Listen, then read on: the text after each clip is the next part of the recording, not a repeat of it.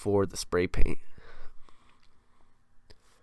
First thing you're going to want to do is draw out your stencil, or create your stencil. Draw out your shapes that you want.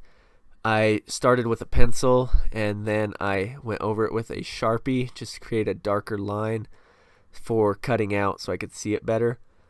When you do this, you're going to want to give yourself some space in between each shape. That's about as close as I would do it, just so you don't get overspray when you do spray that single shape. Also, take into consideration the size of the canvas or what you're painting, because you don't want to have too big of shapes on a small area. What I did that also helped was I created a square just like I am showing you here. That way when you cut it out, as you can see here, you can cut it out and have the shape on one, and then it still gives you space to hold it and spray without overspraying.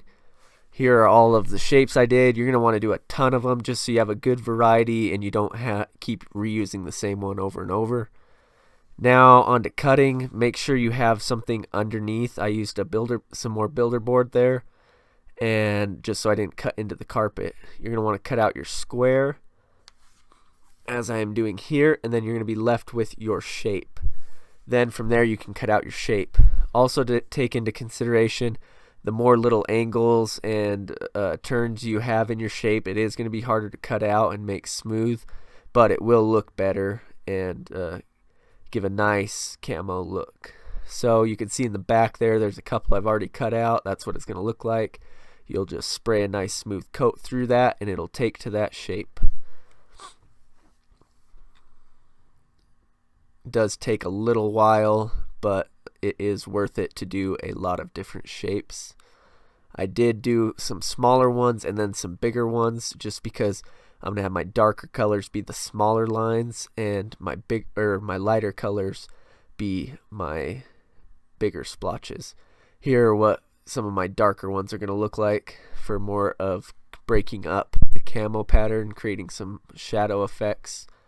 It's gonna be more of these little lines like the Ridge Reaper camo, as you can see in that hoodie on the right there. So this is kind of what you need to start. I did a little practice run on that plastic there. Here's the camo line I used. It's Rust-Oleum's camouflage line. Got that at Home Depot as well. You want to use flat colors, if you use gloss, it's going to create more of a glare, but I didn't want that. Here's the frog tape I used to tape off anything I didn't want paint to get on, and then the gloves just to make sure I didn't get any paint on my hands. So here's this bad boy, Honda Fat Cat. It is the best motorcycle I've ever had, only one I've ever had. But this is what it looks like to start. You could see I had a lot of paint and stickers that were already chipping off of it. It would take a long time to get all of that off, and I'm not too picky. So what I did is I just sanded off with sandpaper or a wool brush, steel wool, any flaky pieces that would cause my new paint not to stay and stick on there properly.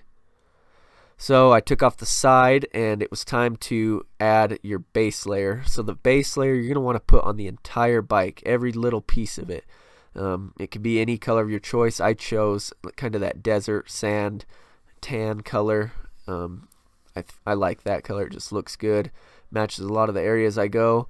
So I went through, and with nice smooth sprays, I went through, got every little edge, got every little hole, crevice, just to make sure there wasn't any old paint showing. And you're going to do this on the entire bike, every piece. Then while that was drying, I went through and taped off all the areas I didn't want any paint to get on. So that would be lights, registration stickers, the rear light, don't forget about that. I almost did. I didn't want some of the motor to get any paint on that either. I wanted to keep that black, so I taped that off as well. That is just more of the tan. While that was drying, or while I did all that, I added another layer of the tan just to assure that it's on there nice and smooth, and then put a few more areas of tape down. So that's what it's going to look like. Now while that's drying, I'm going to go through and spray down the rest of the bike in the tan, the base layer, It actually looked pretty dang good just like that, and I wanted to leave it, but I decided to keep going with the camo. But yep, make sure you get every little thing. That exhaust pipe, it's okay if you spray onto your tape as long as you got those edges down perfect, because then it shouldn't leak if you have that down. So there's the base layer. Everything is complete. I did do that exhaust pipe, I just hadn't done it in that part of the video. And that's what it looks like. Now onto the other colors. So I used a light green for my bigger splotches. As you can see here, I just laid down, once the paint from the beginning has dried, it's okay to just lay it on there. Laid it on there flat and applied a nice smooth layer of the green down. The bigger splotches is what I started with first. You can see it looks pretty cool. It is going to look a little empty at first when you just have a couple colors down, but don't worry, it'll fill up quick.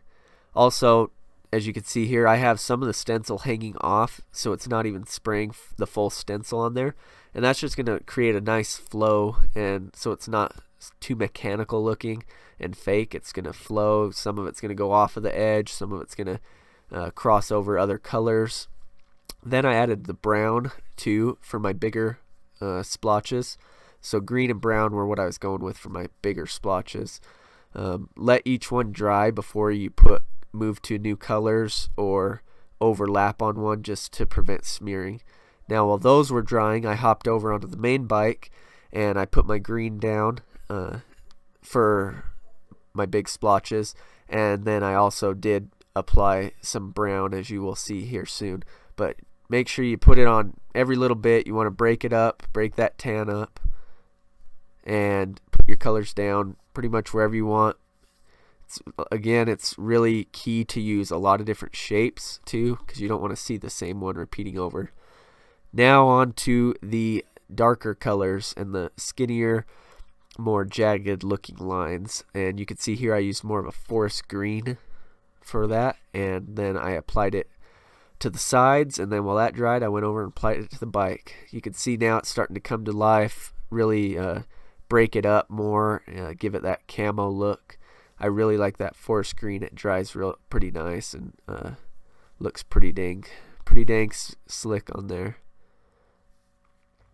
I didn't do all of the gas tank because the side of my bike will cover that. Now onto the black. The black is what really gives it that full camo look, breaks it up a ton. I used the smallest stencils I had. Sometimes I had 3 different holes together just to make it look like real unique. Here I am applying it. I caked on a little bit too much there, but it still looked pretty good. And just going around anywhere where there's an open space, putting it down and breaking that bike up so it looks just like the hoodie that I have right there on the left of the bike. So you can see some of the black. Once it's all tied together, it looks really good, real similar to that hoodie. I didn't want it exactly like that, so I wanted it a little not quite as blurred as the hoodie is. So I think it turned out pretty dang good to what I was shooting for. And if there is any missed spots, you could always go through now once it's dried and put that together for the final piece. Also, you can go over it with a clear sealant.